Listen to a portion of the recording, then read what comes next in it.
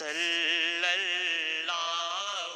علیہ وسلم۔ اور مومن ہو وہ مسجد آباد نہ کرے، مومن ہو وہ قرآن کی تلاوت نہ کرے، مومن ہو وہ اپنے ماں باپ کا کہا نہ مانے، مومن ہو وہ اپنے پڑوسیوں کے ساتھ اچھا برتاؤ نہ کرے، مومن ہو وہ نمازیوں کا احترام نہ کرے، مومن ہو وہ علماء کا احترام نہ کرے، مومن ہو وہ اپنی بہنوں کو وراثت میں حصہ نہ دے، مومن ہو وہ اپنی زبان سے گالیاں بکے، مومن ہو وہ کسی پہ ظلم کرے، مومن ہو وہ کسی کو ستائے، مومن ہو وہ کسی کو تڑپائے، مومن ہو وہ مظلوم کو دیکھ کر ہنسے، مومن ہو تو یہ ہو ہی نہیں سکتا۔ یہ مومن کی شان نہیں ہے۔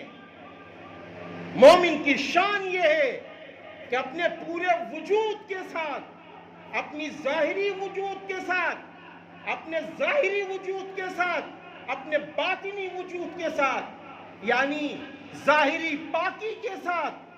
ہم ڈاکٹر ہیں، ہم انجینئر ہیں، ہم پروفیسر ہیں، ہم کھرب پتی ہیں، ہم کچھ بھی ہیں، ان تمام وجود کو سامنے لاؤ اور اس کے بعد اپنے باطنی وجود کو لاؤ، اخلاص کے ساتھ، تقوی کے ساتھ، ایمانی شان و شوکت کے ساتھ، نبی کی سنتوں کو زندہ کرتے ہوئے آؤ مسجد میں، دونوں وجود کے ساتھ مسجد میں آؤ اور کہو میرے اللہ،